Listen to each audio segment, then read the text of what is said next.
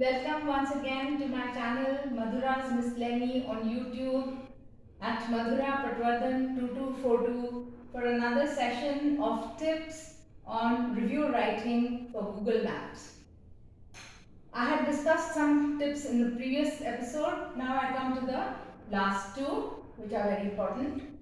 So check other reviews and ratings starting from the lowest rating.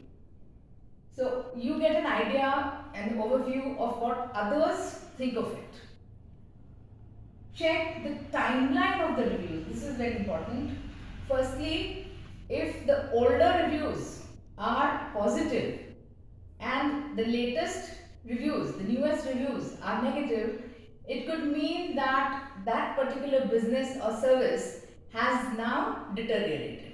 It happens with most businesses that as they become a brand, as they become more and more famous, they tend to lose interest or they start taking their customers for granted. So the service or business is not as good as before. So this is the general trend. Sometimes it is the opposite.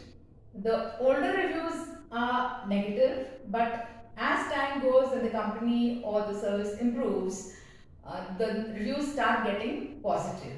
So you have to first see that. Also, you have to check the credentials of the reviewer.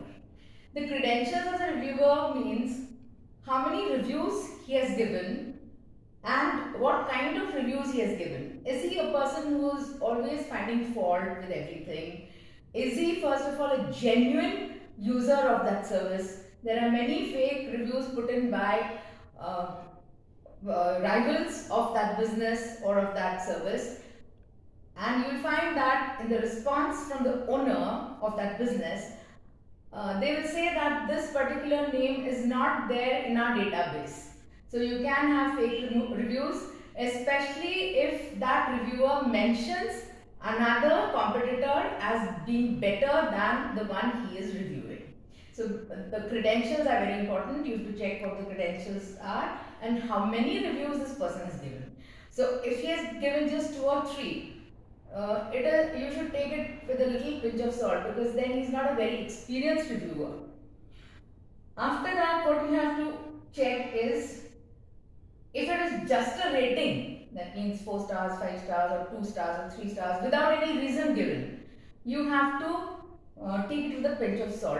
You don't have any idea why he has given that particular rating.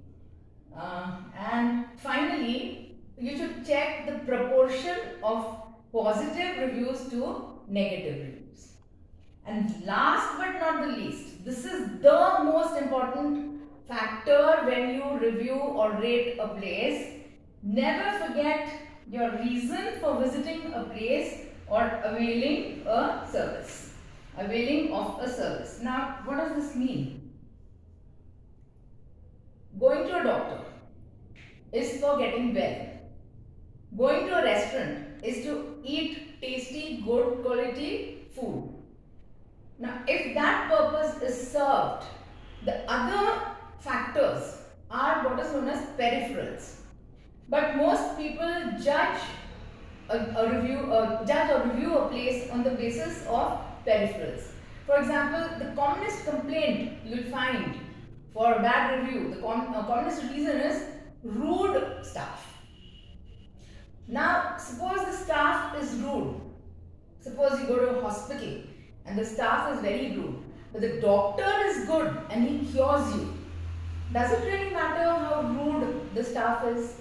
Similarly, if the waiters in a restaurant are rude, but the food is good, it's hygienic and it is reasonably priced, does the rudeness of the staff really matter? Well, if it is very abrasive, you can cut 1 star for it. But that is not the primary purpose for which you visited the place. It's mainly your ego that takes a hit when you find such staff.